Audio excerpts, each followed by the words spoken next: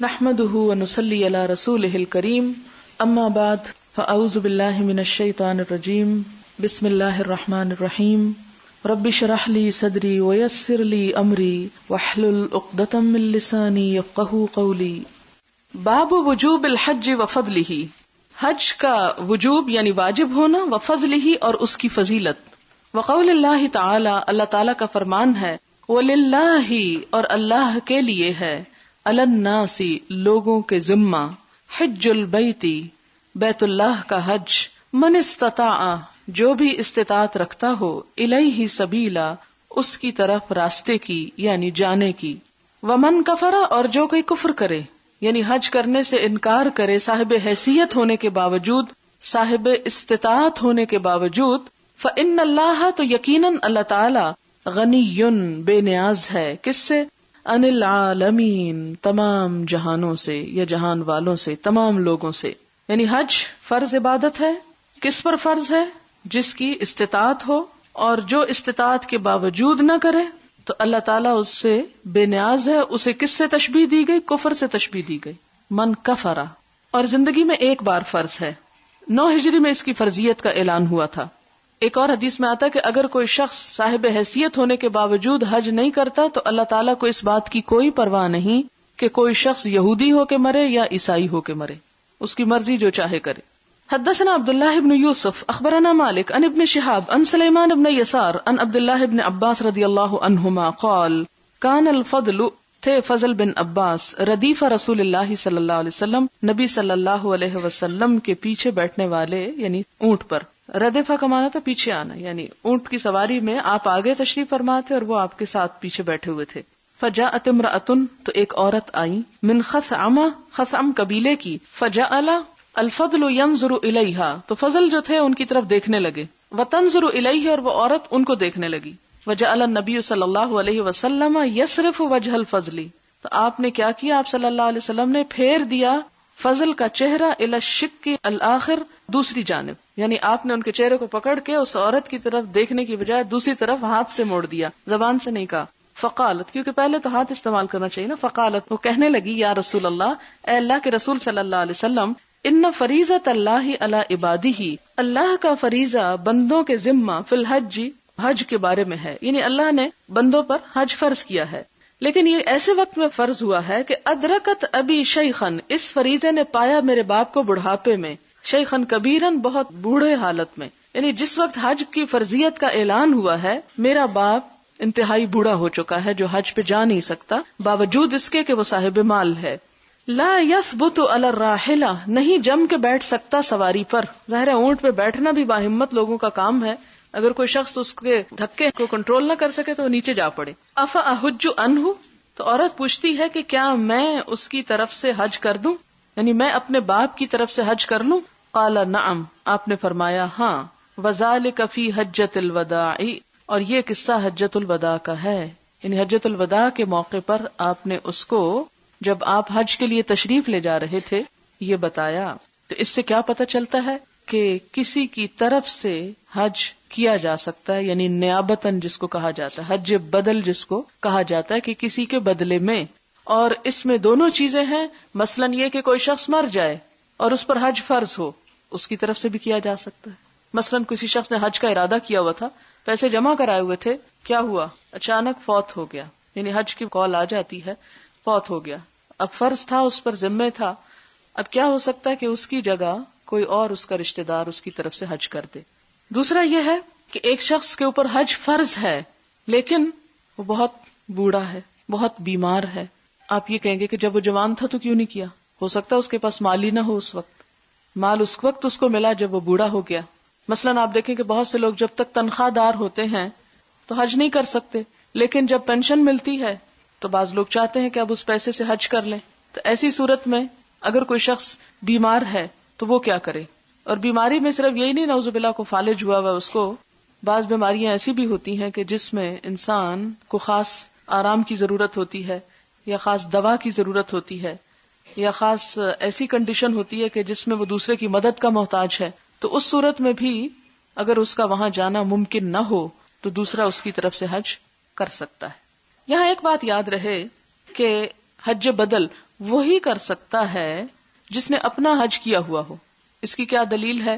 اس کی دلیل وہ حدیث ہے کہ جس میں آپ صلی اللہ علیہ وسلم نے ایک شخص کو حج کے موقع پر یہ کہتے سنا جب حج کی نیت باندھی جا رہی تھی، لبیک ان شبرما، کہ میں شبرما کی طرف سے حج کی لبیک کرتا ہوں، یعنی نیت کرتا ہوں. تو آپ صلی اللہ علیہ وسلم نے اس سے پوچھا کہ کیا تم نے اپنا حج کر رکھا ہے؟ تو اس نے کہا نہیں. تو آپ نے فرمایا پہلے اپنا حج کرو اور پھر دوسرے کی طرف سے کرو، یعنی پھر شبرما کی طرف سے کرنا. اب یہ ہے کہ اگر کوئی شخص مر گیا ہو تو کیا اگر اس نے وصیت کی ہو تو تبھی وہ اس کی طرف سے حج کیا جائے گا؟ نہیں، ضروری نہیں. مثلا بعض اوقات والدین اتنے شوقین نہیں ہوتے حج کے، حالانکہ یہ شوق کی تو بات ہی، تو فرض ہے. ہم میں سے کتنے لوگوں کو نماز پڑھنے کا شوق ہے؟ تو بعض فرض ہیں، شوق نہ بھی ہو تو بعض لوگ ان کا ارادہ نہیں بنتا، یا وہ کیئر نہیں کرتے، یا چانس نہیں ملتا، یا سبب نہیں بنتا، تو اولاد کو وصیت بھی نہیں کرتے کہ ڈیتھ بھی اچانک ہو جاتی ہے. ایسی صورت میں کیا کیا جائے؟ کیا اولاد ان کی وصیت کے بغیر مثلا ان کی طرف سے حج بدل کرنا چاہے تو کر لے؟ جی ہاں، کر سکتی ہے. اور بعض کہتے نہیں، اگر وہ وصیت کریں تو ہی ان کا حج کریں، اور اگر وہ وصیت نہیں کر گئے تو نہ کریں. لیکن بعض اوقات یہ ہوتا ہے کہ وصیت کرنے کا بھی وقت نہیں ہوتا کسی کے پاس، اس کو خیال نہیں ہوتا کہ وہ مر جائے گا، کیونکہ انسان موت سے آخری دم تک لڑتا ہے. باب قول اللہ تعالی، اللہ تعالیٰ کا فرمان ہے، یاتوک رجالا، آئیں گے تیرے پاس پیدل. یہ اصل میں کس لیے لا رہے ہیں کہ پیدل بھی حج ہو سکتا ہے. وعلی کل ضامر، اور ہر دبلے اونٹ پر، یاتینا، آئیں گے، من کل فج عمیق، ہر دور دراز گہرے راستوں سے. فج کہتے ہیں کھلا راستہ، اور عمیق گہرا یعنی دور کے راستوں سے. لیشہدوا، کیوں کریں گے حج؟ حج کی حکمت کیا ہے، فضیلت کیا ہے؟ تاکہ وہ دیکھیں، مشاہدہ کریں، منافع، ان منفعتوں کا، لہم، جو ان کے لیے ہیں. یعنی حج ایک ایکسپیرینس ہے. اگر کوئی شخص یہ کہتا ہے کیا فائدہ پیسہ ضائع کرنے کا، میں اسی پیسے کو کسی غریب کو دے دیتا ہوں، تو غریب کو دینے کے لیے ساری زندگی آپ کے پاس ہے پیسہ اور آپ دے سکتے ہیں. لیکن فرض ہے، اور یہ فرض کی ادائیگی میں فائدہ بھی ہے کہ انسان وہاں جا کر جو کچھ سیکھتا ہے، جو کچھ دیکھتا ہے، اس کا یہاں بیٹھ کے انسان تصور بھی نہیں کر سکتا. تو اللہ تعالیٰ خود اس کی حکمت بیان فرماتے ہیں، لیشہدوا منافع لہم، ان فائدوں کو، ان منفعتوں کو ملاحظہ کریں جو وہاں ان کے لیے ہیں. اور فجاجن کیا ہے؟ الطرق الواسعہ. فج کا جمع فجاج ہے، جس کا معنی کھلا راستہ ہے. حدثنا احمد بن عیسیٰ حدثنا ابن وہب عن یونس عن ابن شہاب ان سالم ابن عبد اللہ اخبرہ ان ابن عمر رضی اللہ عنہما قال رأیت رسول اللہ صلی اللہ علیہ وسلم، میں نے آپ صلی اللہ علیہ وسلم کو دیکھا، یرکب راحلتہ، کہ آپ اپنی سواری پر سوار ہوئے، بذل حلیفہ، ذل حلیفہ کے مقام پر. ثم یحل، پھر آپ نے نیت کی یا احرام باندھا. اور ہلال کیا ہوتا ہے؟ بلند آواز سے لبیک اللہم لبیک کہنا، اور لبیک حجن یا عمرتن، جو بھی نیت ہو. حتی تستوی بہ قائمتن، یعنی آپ نے کیا کیا؟ جب وہ سیدھی کھڑی ہوئی تو آپ لبیک پکارے. یعنی کس وقت احرام کی نیت کرنی چاہیے؟ کہ جب سواری پر انسان سوار ہو جائے اور سواری چلنے کو تیار ہو جائے، یعنی ڈائریکشن متعین ہو جائے کہ بس اب چل رہے ہیں. کیونکہ آپ میں سے بہت سے لوگ جیسے عمرہ یا حج کرنے کو جاتے ہیں، پھر مدینہ سے دوبارہ عمرہ کرتے ہیں. مدینہ سے عمرہ کرنے کا ایک اور لطف ہے، کیونکہ اس میں وہ سنت یاد آتی ہے. مجھے ہمیشہ، یعنی پاکستان سے جا کے بھی عمرہ کرنے کا ایک ہوتا ہے، لیکن اتنا لطف نہیں آتا جتنا مدینہ کی طرف سے آتے ہوئے ہوتا ہے. وہ ایک خاص فیلنگ ہوتی ہے کہ یہاں آپ صلی اللہ علیہ وسلم اس جگہ پہ پہنچے، اور یہاں آپ نے احرام باندھا، اور یہاں سے آپ روانہ ہوئے، اور پھر وہ سارا ایٹماسفیئر اور ماحول بھی جب آگے نظر آتا ہے تو وہ ڈفرنٹ ہو جاتی فیلنگ. اب وہاں پر آپ سوچتے ہوں گے اچھا اب وہ سکارف پہن لیا، وہ سب کچھ کر لیا، تو اب نیت کر لیں، کس وقت کریں؟ تو آپ صلی اللہ علیہ وسلم کی سنت کیا ہے کہ جب سواری پہ بیٹھ جاتے، سواری کھڑی ہو جاتی، اور اونٹ کا کھڑا ہونا چلنے کی علامت ہے، جبکہ گاڑی کا سٹارٹ ہونا اس کے چلنے کی علامت ہے، تو اس وقت انسان لبیک پکار لے. اب یہاں پر باب میں تو تھا کہ یاتوک رجالن، اور پھر اونٹوں کی بھی بات تھی. تو اب سوال یہ پیدا ہوتا ہے کہ کیا پیدل حج زیادہ اچھا ہے یا سوار ہو کر؟ تو بتانا یہ چاہتے ہیں کہ آپ صلی اللہ علیہ وسلم نے سوار ہو کر حج کیا. اگر کوئی شخص یہ سمجھتا ہے کہ میں آپ سے بھی بڑھ کر زیادہ مشقت کر سکتا ہوں، آپ نے سوار ہو کے کیا، میں پیدل کروں گا کہ مجھے زیادہ ثواب ملے، تو اس کو زیادہ ثواب آپ صلی اللہ علیہ وسلم کی سنت کی پیروی ہی میں ہے. اگرچہ پیدل کی اجازت ہے، پیدل کب کرے انسان؟ جب سواری نہ ملے. لیکن اگر سواری ہو اور بتکلف سواری چھوڑ کے پیدل کرے انسان، تو ایسی مشقت جو ہے وہ انسان کے لیے ضروری نہیں. حدثنا ابراہیم ابن موسیٰ اخبرنا الولید حدثنا الاوزاعی سمع عطاء يحدث عن جابر بن عبد الله رضي الله عنهما ان احلال رسول الله صلى الله عليه وسلم من ذي الحليفة حين استوت به راحلته کہ نبی صلی اللہ علیہ وسلم کا احرام باندھنا ذی الحلیفہ سے کب تھا؟ حین استوت به راحلته جب کہ آپ کی سواری آپ کو لے کے سیدھی کھڑی ہو گئی. رواہ انس و ابن عباس رضی اللہ عنہم. یہ حدیث دو صحابہ نے روایت کی ہے. باب الحج علی الرحل، پالان پہ سوار ہو کے حج کرنا. اور رحل کیا ہوتا ہے؟ وہ کجاوا جس کو ہم بولتے ہیں، یہ پالان. وقال ابان حدثنا مالک بن دینار عن القاسم بن محمد عن عائشہ رضی اللہ عنہا ان النبی صلی اللہ علیہ وسلم بعث معها اخاها عبد الرحمن کہ نبی صلی اللہ علیہ وسلم نے حضرت عائشہ کے ساتھ بھیجا ان کے بھائی کون؟ عبد الرحمن بن ابی بکر کو. فاعمرها انہوں نے ان کو عمرہ کروایا. کہاں سے؟ من التنعیم، تنعیم سے. وحملها اور انہوں نے سوار کیا ان کو. کن کو؟ حضرت عائشہ کو. کہاں؟ علی قطب، پالان کی لکڑی پر، یعنی خالی سیدھے اونٹ پہ نہیں بٹھا دیا بلکہ کجاوے میں بٹھایا. وقال عمر رضی اللہ عنہ شد الرحال، حضرت عمر کیا کہتے تھے کہ پالان باندھو فی الحج، حج میں. فإنہ احد الجہادین، کہ یہ بھی دو جہادوں میں سے ایک جہاد ہے، یعنی حج بھی ایک طرح سے جہاد ہے. اب یہ جو تنعیم سے عمرہ کرنے والی بات ہے نا، تو اس میں جو چیز سمجھ آتی ہے وہ یہ کہ آپ صلی اللہ علیہ وسلم خود بھی جا سکتے تھے، لیکن آپ خود نہیں گئے بلکہ ان کے بھائی عبد الرحمن کو بھیجا.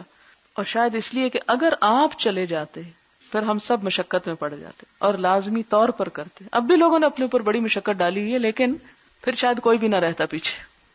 حدثنا محمد بن ابی بکر هو المقدمی حدثنا یزید بن زرع حدثنا ازرت بن ثابت عن سمامة بن عبد الله بن انس قال حج انس على رحل ولم يكن شحيحا. حضرت انس نے حج کیا پالان پر، ولم يكن شحيحا اور وہ کچھ بخیل نہ تھے. وحدث ان رسول اللہ صلی اللہ علیہ وسلم حج على رحل، اور وہ کہتے ہیں کہ نبی صلی اللہ علیہ وسلم نے پالان پر حج کیا. وکان زاملته، اور اس پہ آپ کا سامان بھی تھا. حدثنا عمرو حدثنا ابو عاصم حدثنا ایمن ابن نابل، دونوں نام خوبصورت ہے، ایمن ابن نابل. حدثنا القاسم ابن محمد ان عائشہ رضی اللہ عنہا انہا قالت یا رسول اللہ اعتمرتم ولم اعتمر. حضرت عائشہ کہتی ہیں کہ یا رسول اللہ آپ نے عمرہ کر لیا، میں نے عمرہ نہیں کیا. فقال یا عبد الرحمن اذهب باختک، آپ نے فرمایا عبد الرحمن اپنی بہن کے ساتھ جاؤ. فآمرها، انہیں عمرہ کرواؤ. من التنعیم، تنعیم سے. فاحقبها على ناقة فاعتمرت، تو انہوں نے بٹھا لیا ان کو اونٹنی پر. فاعتمرت، تو حضرت عائشہ نے عمرہ کر لیا. باب فضل الحج المبرور، حج مبرور کی فضیلت. حدثنا عبد العزیز بن عبد اللہ حدثنا ابراہیم بن سعد عن الزہری عن سعید بن المسیب عن ابی ہریرہ رضی اللہ عنہ قال سئل النبی صلی اللہ علیہ وسلم ای الاعمال افضل. نبی صلی اللہ علیہ وسلم سے پوچھا گیا کہ کون سے اعمال افضل ہیں، بہتر ہیں. قال ایمان باللہ ورسولہ، آپ نے فرمایا اللہ اور اس کے رسول کے ساتھ ایمان. قیل ثم ماذا، پھر پوچھا گیا اس کے بعد کون سا؟ قال جہاد فی سبیل اللہ، فرمایا جہاد فی سبیل اللہ. قیل ثم ماذا، پھر پوچھا گیا پھر کون سا؟ قال حج مبرور، ایسا حج جس میں کوئی گناہ نہ ہو. مبرور یعنی بر سے، یعنی جس میں نیکی ہی نیکی ہو، کسی کو تکلیف نہ ہو، اذیت نہ ہو، مکروہات، محرمات، ممنوعات میں کسی چیز میں انسان نہ پڑے. حدثنا عبد الرحمن ابن المبارک حدثنا خالد اخبرنا حبیب ابن ابی امرۃ عن عائشہ بنت طلحہ عن عائشہ ام المؤمنین رضی اللہ عنہا انہا قالت یا رسول اللہ نرى الجہاد افضل العمل. حضرت عائشہ حضور صلی اللہ علیہ وسلم سے عرض کرتی ہیں ہم دیکھتے ہیں کہ جہاد سب عمل سے افضل ہے. قال، فرمایا لیکن افضل الجہاد حج مبرور، تو آپ نے فرمایا کہ عمدہ جہاد حج مبرور ہے، بہترین، جس میں عورتیں بھی شریک ہو سکتی ہیں، اور یہ خاص طور پر عورتوں کے لیے. ایک اور روایت میں آتا ہے جہادکن الحج، کہ تم عورتوں کا جہاد حج ہے، یعنی اگر کوئی عورت حج کر لیتی ہے تو گویا وہ جہاد کا ثواب پا لیتی ہے. حدثنا آدم حدثنا شعبہ حدثنا سیار ابو الحکم قال سمعت ابا حازم قال سمعت ابا ہریرہ رضی اللہ عنہ قال سمعت النبی صلی اللہ علیہ وسلم یقول من حج للہ فلم یرفث ولم یفسق رجع کیوم ولدته امہ. حضرت ابو ہریرہ رضی اللہ تعالیٰ عنہ کہتے ہیں کہ میں نے نبی صلی اللہ علیہ وسلم سے سنا، آپ فرماتے تھے کہ جس نے اللہ کے لیے حج کیا، فلم یرفث، کوئی بے حیائی کی بات نہ کی، ولم یفسق، کوئی گناہ نہ کیا، رجع، وہ لوٹا، کیومن، اس دن کی طرح، ولدته امہ، جس دن اس کی ماں نے اس کو جنا تھا، پیدا کیا تھا. یعنی جس طرح ایک بچہ بالکل گناہوں سے پاک نکلتا ہے، اسی طرح وہ شخص جو ان گناہوں سے بچ کے حج کرتا ہے وہ پاک ہو جاتا ہے۔ باب فرض مواقیت الحج والعمرۃ، حج اور عمرہ کی میقاتوں کا بیان۔ فرض یعنی لازم، مواقیت میقات کی پابندی۔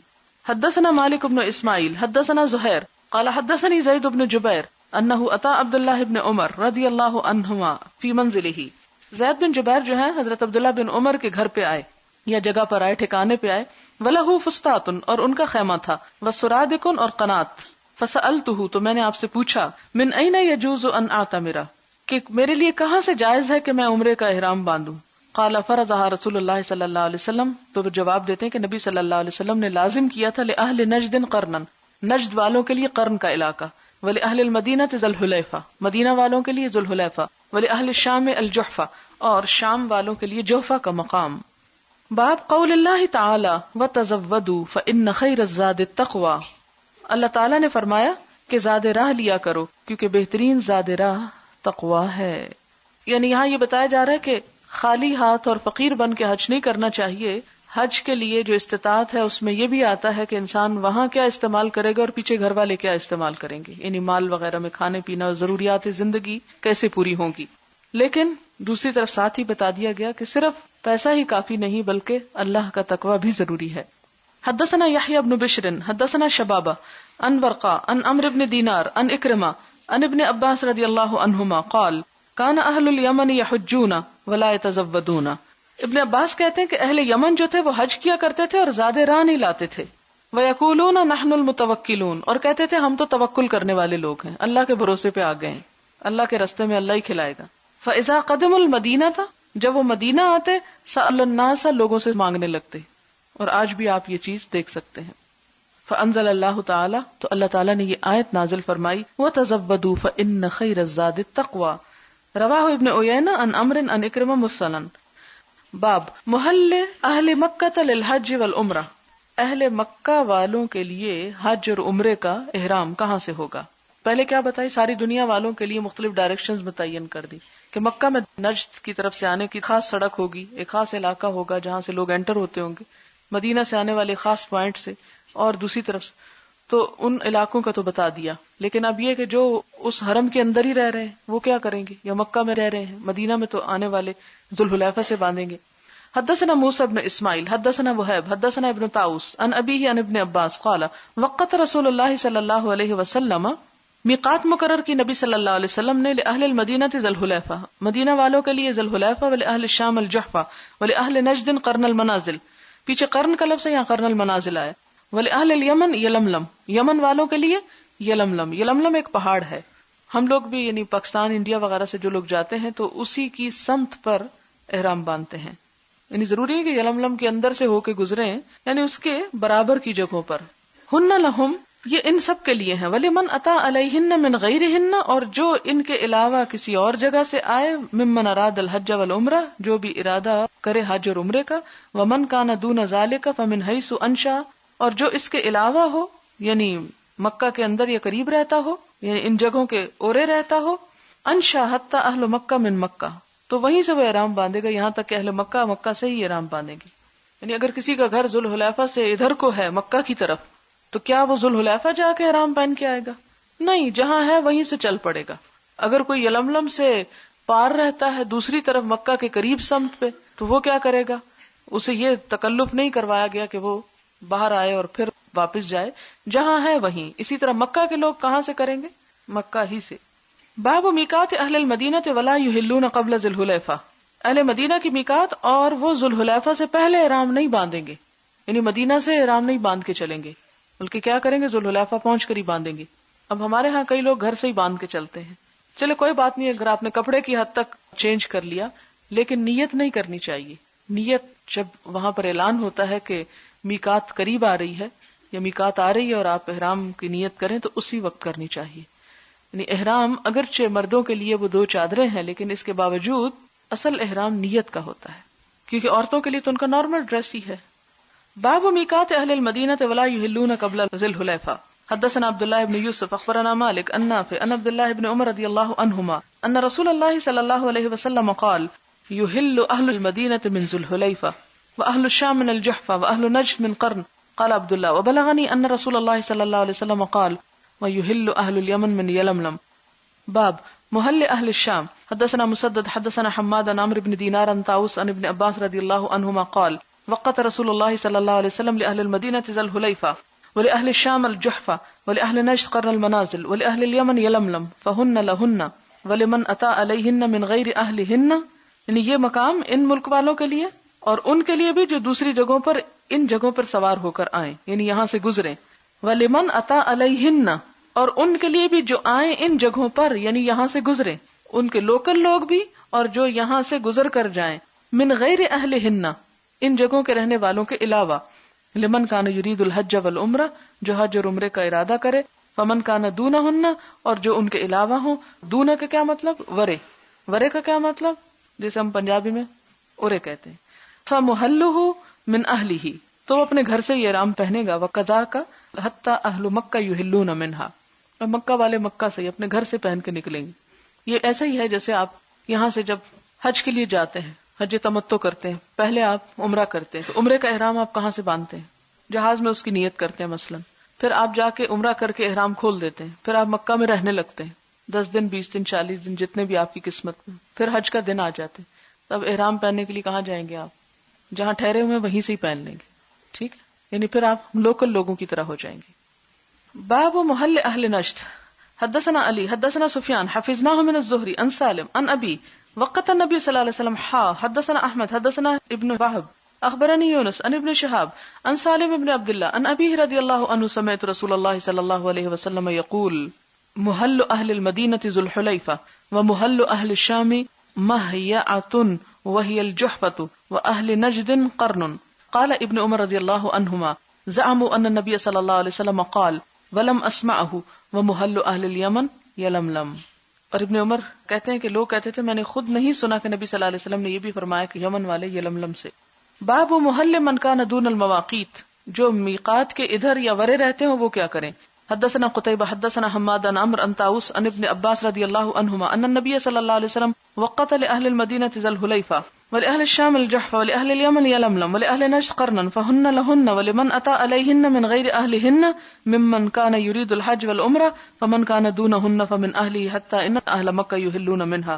باب محل أهل اليمن. حدثنا معل بن أسد حدثنا وهيب عن عبد الله بن طاووس عن أبيه عن ابن عباس رضي الله عنهما أن النبي صلى الله عليه وسلم وقت لأهل المدينة ذا الحليفة ولأهل الشام الجحفة ولأهل نجد قرن المنازل ولأهل اليمن يلملم هن لأهلهن ولكل آت آتى عليهن من غيرهم ممن أراد الحج والعمرة فمن كان دون ذلك فمن حيث أنشأ حتى أهل مكة من مكة. حيث أنشأ کا مطلب جہاں سے وہ اٹھے یا چلیں مراد ہے. باب ذات عرق لأهل العراق. اہل عراق کا کیا ہے؟ ذات عرق. حدثنا علی بن مسلم قال حدثنا عبد الله بن نمير حدثنا عبيد الله عن نافع عن ابن عمر رضي الله عنهما قال لما فتح هذان المصران، جب یہ دو شہر فتح ہو گئے، کون سے؟ بصرہ اور کوفہ. اتو عمر، تو لوگ حضرت عمر کے پاس آئے. فقالوا، کہنے لگے، یا امیر المومنین، اے امیر المومنین، ان رسول اللہ صلی اللہ علیہ وسلم، کہ نبی صلی اللہ علیہ وسلم نے حد مقرر کی لأہل نجد قرنن، اہل نجد کے لیے قرن. وہوا جور عن طریقنا، اور وہ ہمارے رستے سے ہٹ کر ہے. جور جائر، وعلی اللہ قصد السبیل ومنہا جائر، ٹیڑے رستے، یعنی وہ دوسری طرف کو ہے. وَإِنَّا إِنْ أَرَدْنَا قَرْنًا شَقَّ عَلَيْنَا، اور اگر ہم قرن جانے کا ارادہ کریں تو ہم پہ بڑی مشکل ہو جائے گی، یعنی وہ ہمارے راستے میں نہیں آتا، دوسری طرف ہے. قَالَ فَانْظُرُوا حَذْوَهَا، تو آپ نے فرمایا دیکھ لو اس کے برابر. حَذْوَهَا جسے وہ لفظ آتا ہے نا، حَذْوَ مَنْكِبَيْهِ، نماز کے لیے پیچھے آپ حدیث پڑھ چکے ہیں کہ اللہ اکبر کہاں سے کرنا ہے؟ کندھوں کے برابر ہاتھ اٹھا کے. تو حَذْو کا کیا ہوتا ہے؟ اس کے برابر ہی. فَانْظُرُوا حَذْوَهَا مِنْ طَرِيقِكُمْ، تو آپ نے کیا فرمایا کہ تم ادھر نہ جاؤ، سیدھے رستے پہ آؤ، لیکن احرام کہاں سے باندھو؟ جو اس کے برابر پٹی جا رہی ہے اس سے. فحد لهم ذات عرق، تو انہوں نے ان کے لیے ذات عرق میقات مقرر کی.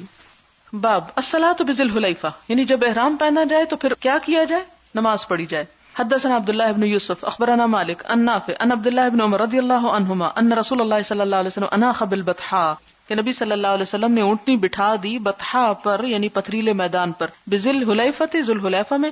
فصلی بہا، پھر آپ نے وہاں نماز پڑھی. وکان عبداللہ بن عمر رضی اللہ عنہما یفعل ذلک، اور عبداللہ بن عمر رضی اللہ تعالی عنہما ایسا کیا کرتے تھے، یعنی وہ بھی جب ذل حلیفہ کی طرف سے احرام پہن کر عمرے کے لیے جاتے تو وہاں نماز پڑھ کے جاتے تھے، یعنی احرام کی ایک طرح سے نفل.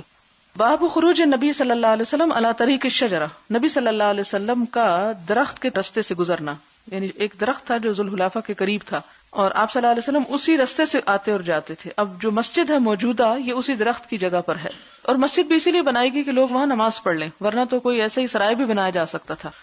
حدثنا ابراہیم بن المنذر حدثنا انس بن ایاز عن عبید اللہ عن نافع عن عبد اللہ بن عمر رضی اللہ عنہما ان رسول اللہ صلی اللہ علیہ وسلم کان یخرج من طریق الشجرۃ ویدخل من طریق المعرس، کہ نبی صلی اللہ علیہ وسلم اس درخت کے راستے سے نکلتے تھے مدینہ سے اور واپسی پر معرس کے راستے سے ہو کے گزرتے تھے، یعنی اسی راستے سے نہیں جاتے تھے.